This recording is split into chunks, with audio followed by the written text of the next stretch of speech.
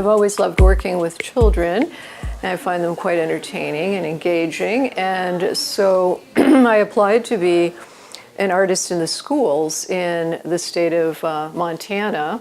So I did that type of work for a number of years in several states. And then when we had our daughter, I knew I needed to have be at home more, because the other job involved traveling to schools in North Dakota and things like that. So about that time, a part-time position came open at the Yellowstone Art Museum and the education department of one person.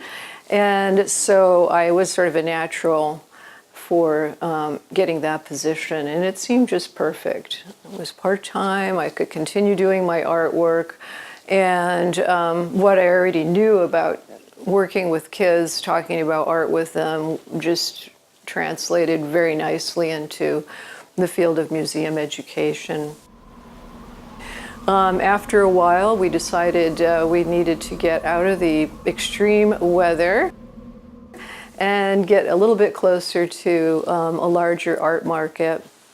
And Ted wanted to be by the water too, so I found a position in Bellingham, and I'd heard great things about it. And then I came out for my interview. Oh my gosh. I just went home and said, okay, this is the perfect place. And so we have found it to be mostly perfect.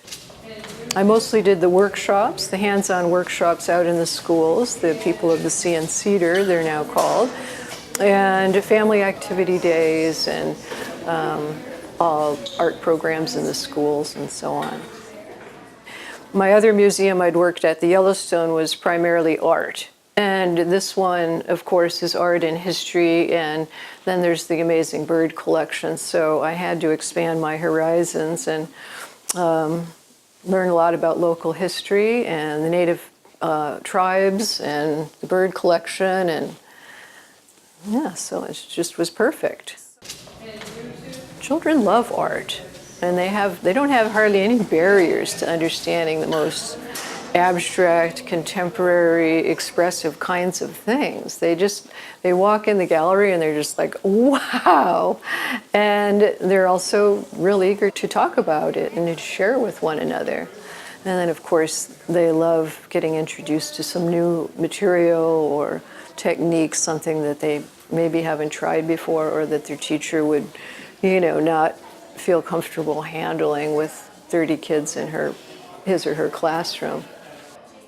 I spearheaded art workshops for young people, summer camps, and art workshops for adults.